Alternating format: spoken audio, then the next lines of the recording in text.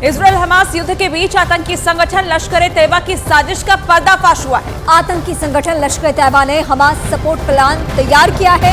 PoK में ISI की मदद से प्लान तैयार हुआ है। इस वक्त हम आपको न्यूज 18 इंडिया के अमित पांडे की एक्सक्लूसिव खबर दे रहे हैं। खुफिया इनपुट के मिलने के बाद देश की सभी एजेंसियां भी अलर्ट हो गई हैं और सुरक्षा बलों को हाई अलर्ट कर दिया गया है। ये इस वक्त की सबसे बड़ी खबर हम आपको बता रहे हैं। लश्कर ने तैयार किया हमास सपोर्ट प्लान। हालांकि ये बीते दिनों की ही बात है जब दुनिया भर के तमाम आतंकी संगठन एक मंच पर, एक मोर्चे पर आकर हमास को सपोर्ट करने की बातें कर रहे थे। इजरायल हमास युद्ध से जुड़ी इस वक्त की ये बड़ी जानकारी आपको दे रहे। हमास के समर्थन में आतंकी संगठन लश्कर तैयबा उतरा है, जिससे जुड़ी ये बड़ी जानकारी सामने आ रही है। हमास की मदद के लिए दस्ता तैयार किया गया है। लश्कर ने आतंकी दस्ता भी भेजा है। ये बड़ा खुलासा हुआ है और इस खुलासे के बाद देश की सभी एजेंसियां भी अलर्ट हो गई हैं। सुरक्षा बल को भी अलर्ट मोड पर रखा गया है, क्योंकि इनकी पहुंच सिर्फ इजरायल तक नहीं है बल्कि भारत की भी अगर हम बात करें तो वक्त वक्त पे ये यहाँ भी अपनी साजिश को अंजाम देने की फिराक में रहते हैं। हमास के लिए हमदर्दी रखने वाले लश्कर ने गाजा में आतंकियों की पलटन पहुंचाने के लिए क्या प्लान बनाया, उसे बताएंगे हम आपको। तो उसे हम आपको सिलसिलेवार तरीके से समझाते हैं कि आखिर ये पूरी प्लानिंग क्या है।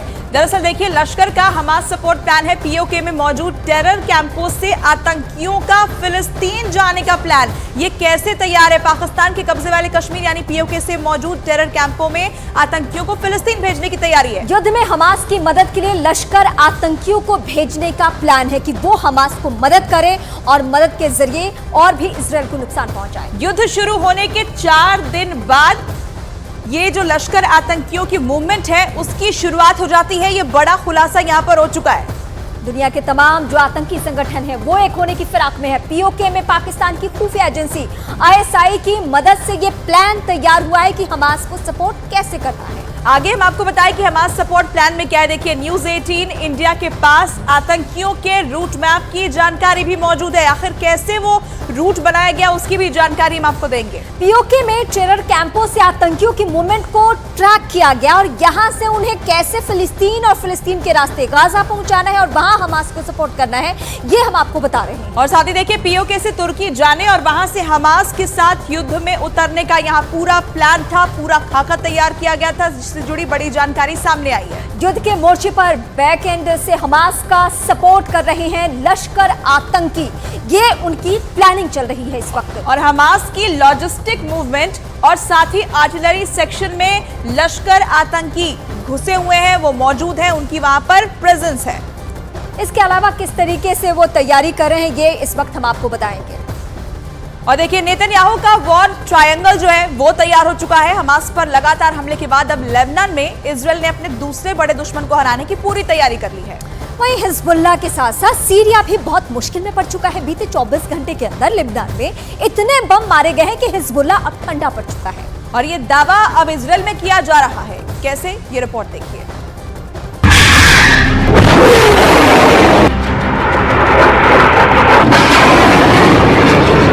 पहला रॉकेट, फिर फायर हुआ दूसरा रॉकेट,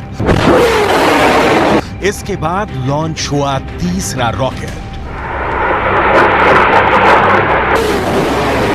हमास के रॉकेट लॉन्च होते हुए इतनी साफ तस्वीरें आप पहली बार देख रहे हैं। एक के बाद एक हमास 10 रॉकेट फायर करता है।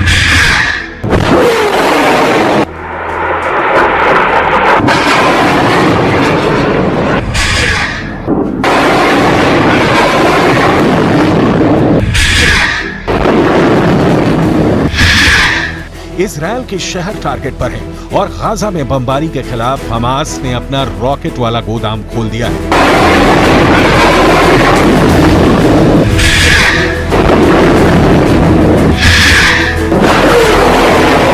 लेकिन ऐसे हमलों और गाजा पर बमबारी जारी रखने के बीच नेतन्याहू ने अपना वॉर ट्रायंगल तैयार कर लिया है।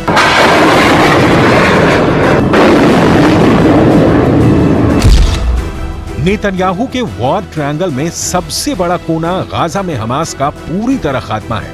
नेतन्याहू के वॉर ट्रायंगल में दूसरा बड़ा कोना लेबनान में हिजबुल्लाह का अंत है, जबकि नेतन्याहू के वॉर ट्रायंगल का तीसरा सबसे खतरनाक कोना है सीरिया, जहां पर इजरायल की एयरफोर्स ने हमले तेज कर दिए हैं। ये तीनों जगह या देश इजरायल के बॉर्डर से लगे हुए हैं और इजरायल इन्हें अपने खिलाफ सबसे बड़ा खतरा मानता है।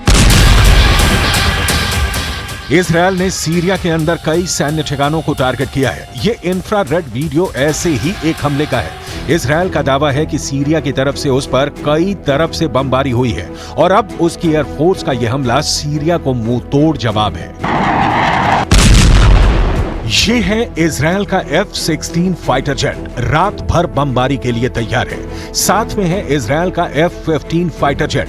दोनों ही इजरायल के सबसे बड़े मिशन के लिए लगातार तैयार रहते हैं। इन विमानों में दोनों विंग्स पर लगे हैं दो बड़े बम, यानी हर विमान पर 4 बहुत ही खतरनाक बम। इस बम का नाम है जेटहैम। यही बम है जिससे इजरायल ने गाजा में बड़ी तबाही मचाई है और अब यही बम सीरिया के ठिकानों पर गिराया जा रहा है। यही बम इस वक्त हमास, हिजबुल्ला और सीरिया के लिए सबसे बड़ा खलनायक बम बन चुका है। हर एक बम का वजन 950 किलो से ज्यादा है, यानी हर विमान पर करीब 4000 किलो बारूद लोड किया जाता है और फिर ये विमान इन 4 तबाही वाले बम लेकर उड़ जाते हैं। जब ये बम रात में फटता है तो ऐसा धमाका होता है। इजरायल को अमेरिका से मिले इस बम ने बहुत तबाही मचाई है। इजरायल और लेबनान के बॉर्डर पर बमबारी देखिए। हिजबुल्लाह के ठिकानों को इजरायल चुन चुन कर टारगेट कर रहा है। पूरा महीना लाल अक्टूबर बन चुका है। लाल अक्टूबर यानी हर तरफ खून ही खून। और अब नवंबर की शुरुआत से पहले ही गाजा के साथ लेबनान और सीरिया पर लगातार अटैक होने लगा है। इजरायल इस वक्त गाजा में हमास, लेबनान में हिजबुल्ला और सीरिया में एक साथ ऑपरेशन कर रहा है।